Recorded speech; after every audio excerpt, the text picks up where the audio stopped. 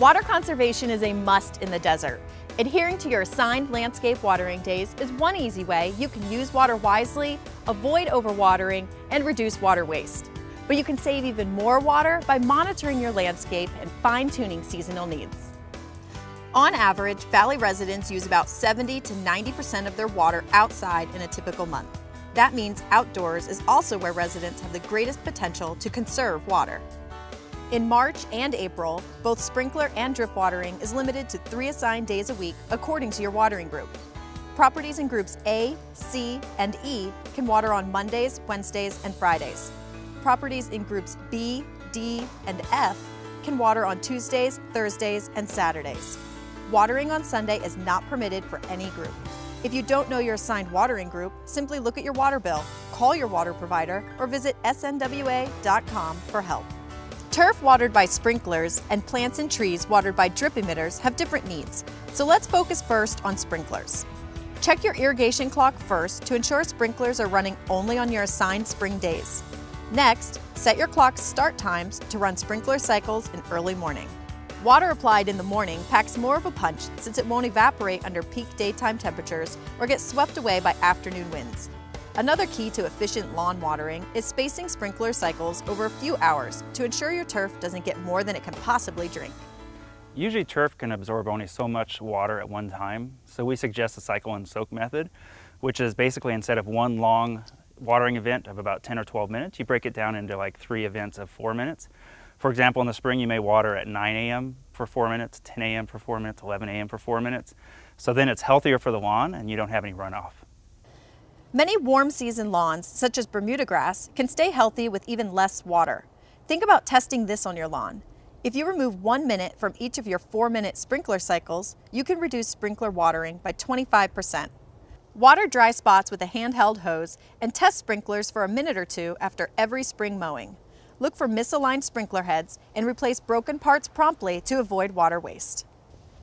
Let's switch gears and talk about drip irrigation.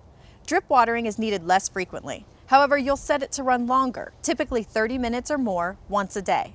That's because drip irrigation delivers water more slowly and deeply to a plant's root zone in gallons per hour rather than gallons per minute.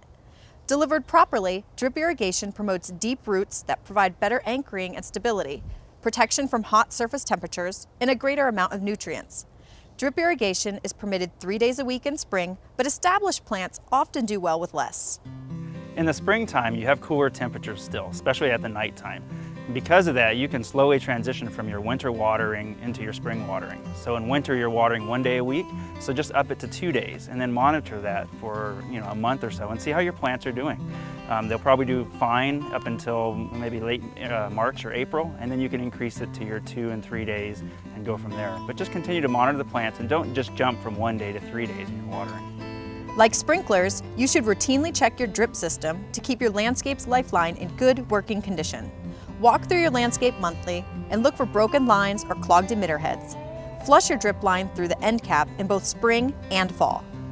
Now, what about the needs of newly planted areas?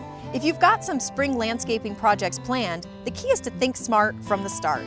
New desert-adapted plants will need extra watering as they get established, which is allowed for the first 30 days under watering restrictions. After that, it's time to taper down. So after the initial 30 days, you have been watering every day of the week probably to get your plants established. So what you want to do is slowly transition them down in the watering. So ideally, you maybe want to first go to every other day of watering, monitor the plants, see how they're doing, see if the leaves are droopy or if they're doing well. If they're doing well, then you actually can knock it down even a couple more days after that, and just continue to monitor the plants. Finally, take 5 minutes for a quick refresher with the heart of your irrigation system, your irrigation clock. Managing your clock is a great way to maximize the efficiency of your outdoor water use. If your clock is outdated, consider replacing it with a smart irrigation controller. The SNWA offers a rebate for qualifying smart clocks, which use weather data to assess and apply water only as your landscape needs it. Several local retailers participate in the rebate program, but if you purchase a smart controller from a non-participating retailer, you can still mail in your rebate form.